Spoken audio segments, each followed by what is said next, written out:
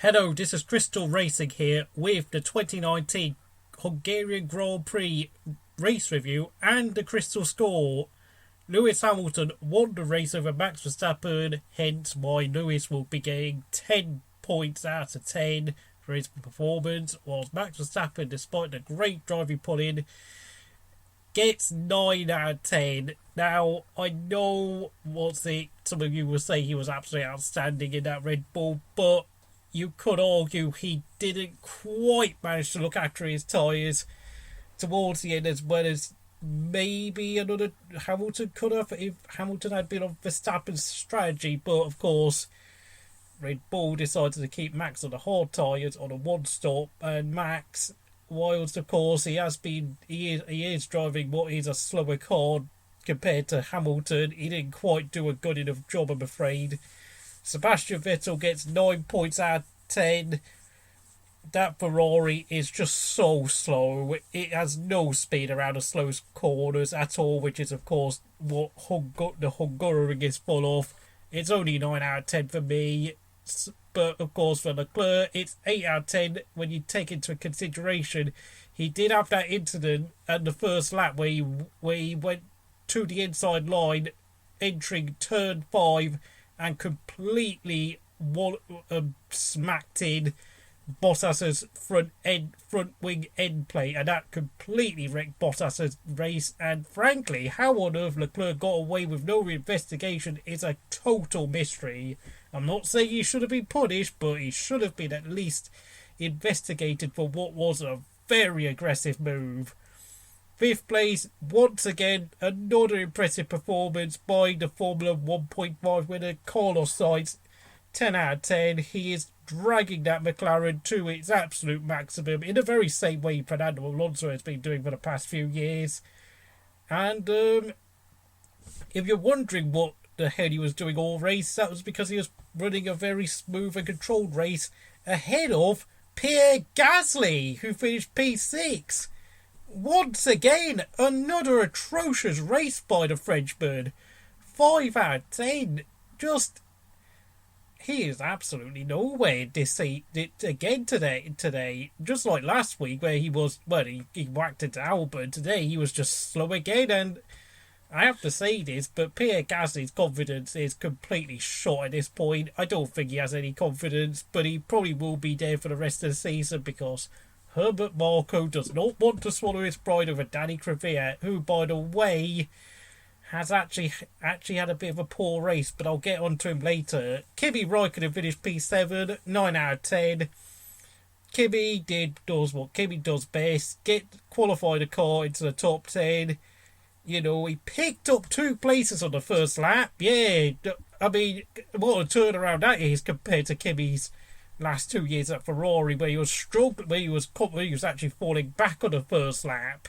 But this year he's been making up places. What an absolute improvement that is. And of course, towards the end of the race, he kept Valtteri Bottas behind him and has brought Alfa Romeo up to 7th place in the Constructors' Championship. Absolutely proud of my man Kimi.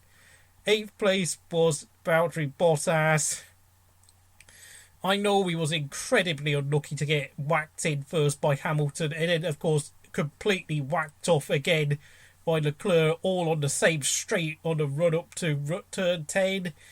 But I have to say, his comeback was pretty average at best. I mean, he should have at least got to P6, but I think it's pretty safe to say, with where Valtteri Bottas is in the championship now, he is now trailing Lewis Hamilton by a massive 62 points. And he's only 7 points ahead of Max Verstappen and only 32 points ahead of Sebastian Vettel.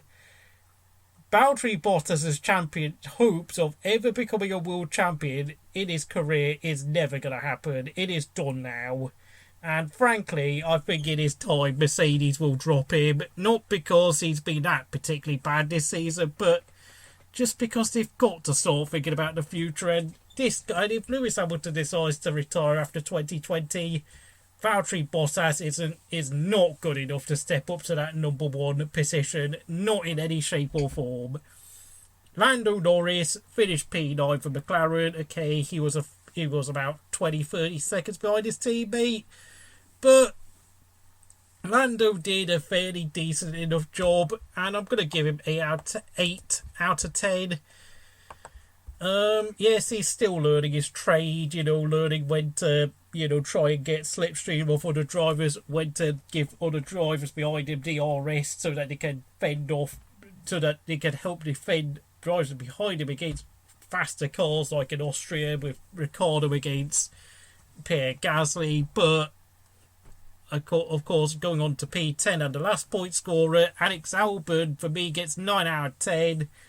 The car was slow in qualifying, but on race day, Albon got the job done perfectly. He had a few overtaking straps to his teammate, and they were very clean and well done.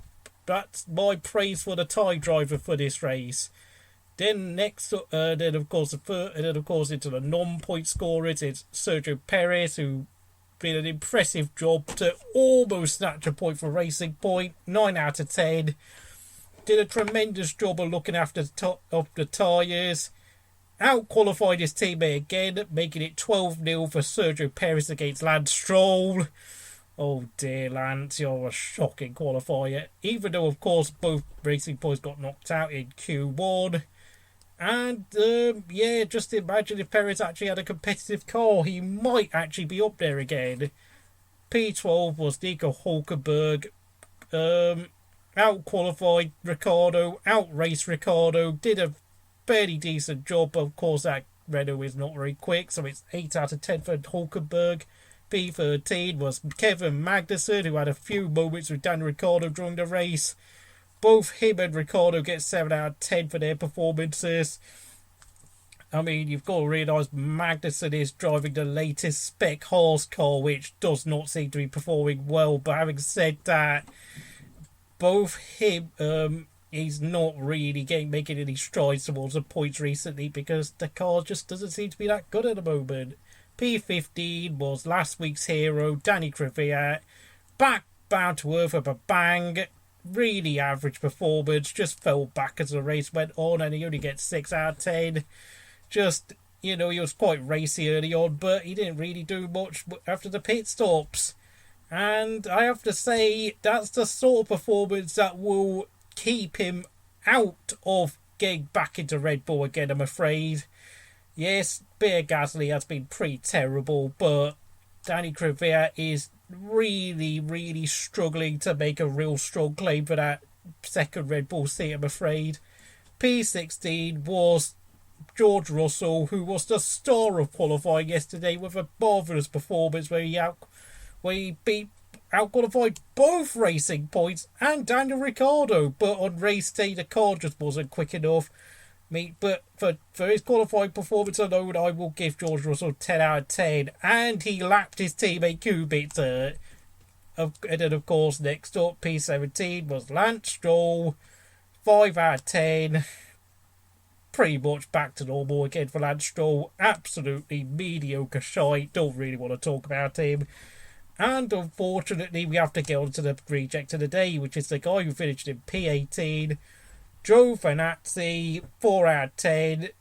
I think he got lapped by Kimi, and frankly, I think if he does not improve in the next 2 races, it's time for Alfa Romeo to start looking for a new driver for 2020, because this guy is just utterly painfully average now. I'm sick to death of watching him go backwards in races whilst Kimi is going forwards. He is absolutely now of no use to Kimi whatsoever.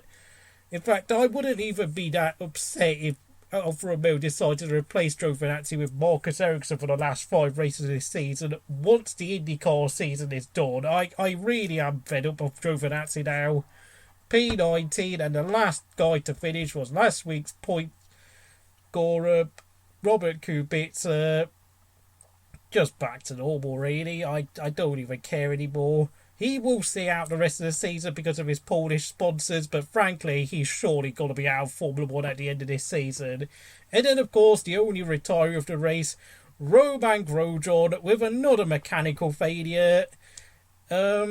I'll give him 7 out of 10. He was running behind Magnussen for most of the race in what is the Australia spec car, and he qualified P9 in qualifying where he got into Q3 and out qualified Kimi, but unfortunately that horse is just a piece of toss really, so can't really rag Grosjean too much for the problems he's having. But having said that, I think the clock is also ticking on Grosjean's F1 career as well. I just don't think Haas want a future with him anymore, and I think every other team on the grid don't really fancy him either, especially when you take into account the number of decent young drivers that are currently in F2 right now, such as Nicholas Latifi, Nick De Vries, and maybe Luca Giotto and Ganyao Zhou, and of course, it's kind of inevitable that Mick Schumacher will probably get a chance at F1 in the next few years.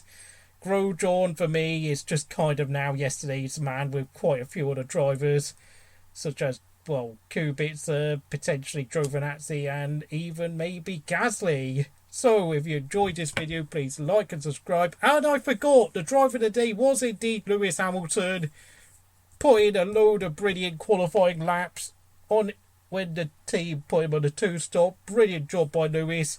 Yes, the team deserves credit, and James Valve came up with an ingenious strategy decision that literally came straight out of the Michael Schumacher Ferrari era. But Lewis Hamilton put in the laps and caught Verstappen and won the race. So if you enjoyed this video, please like and subscribe to Crystal Racing, and I'll see you again next time.